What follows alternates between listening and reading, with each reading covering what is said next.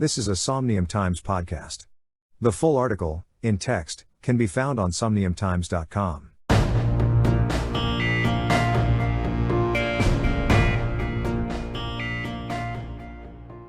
Why Somnium Space's immersive quality appeals to us.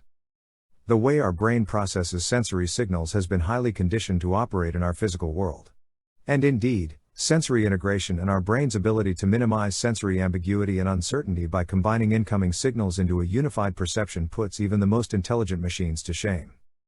This unified perception can get broken when we immerse ourselves in VR. Imagine driving a car in VR at high speed, which you can do in Somnium Space in an NFT car, by the way. On one hand, your brain thinks you are moving, but as your body remains static, it creates a disconnect between sensory signals. Your brain gets confused and may make you feel ill, very similar to motion sickness. Does this forever render VR in general and Somnium Space a nice gimmick, but not for the masses? Think again. First of all, VR has the ability to rewire the brain and enhance neural connections that are needed for learning and memory. This means that the brain can get used to the new realities that VR can offer. But apart from the fact that the brain can rewire, Somnium Space is extremely brain-friendly. I have spent hundreds of hours in Somnium and hardly any time I have suffered from nausea. There are a couple of reasons for this. First of all, Somnium Space is a platform and not a game. Let me ask you this, how much time in the physical world do you spend in roller coasters or race cars on a racetrack? Not a lot, right?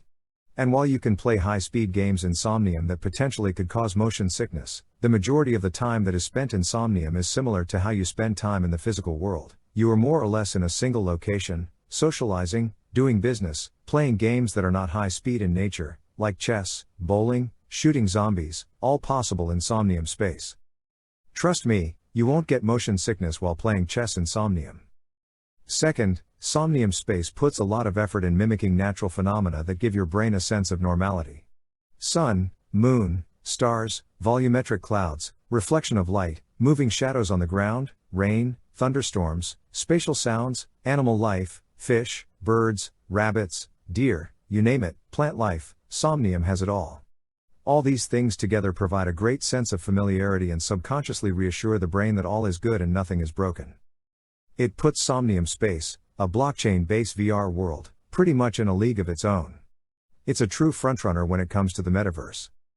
Now, about the brain's ability to rewire, this is fascinating. We'll need that when settling on Mars, but it will also come in handy when we move to another planet, the Metaverse. While familiarity will be important, both for those who travel to Mars as those who travel in and out of the Metaverse, there are differences as well. And in the case of spatial computing, VR, this opens up a whole range of possibilities. Moving into the Metaverse will not only open up new ways for us to socialize and do business, it will actually cause our brains to adapt to a multi-layered reality where moving in and out of Metaverse destinations and physical reality will become the new normal. You may be skeptical, but rewiring happens all the time when we surround ourselves with new technologies. This is totally subconscious and not something we choose or not. Somnium Space offers a lot of out-of-the-box familiarity. Other things you get used to, like people not looking like people. We humans will adapt to the Metaverse.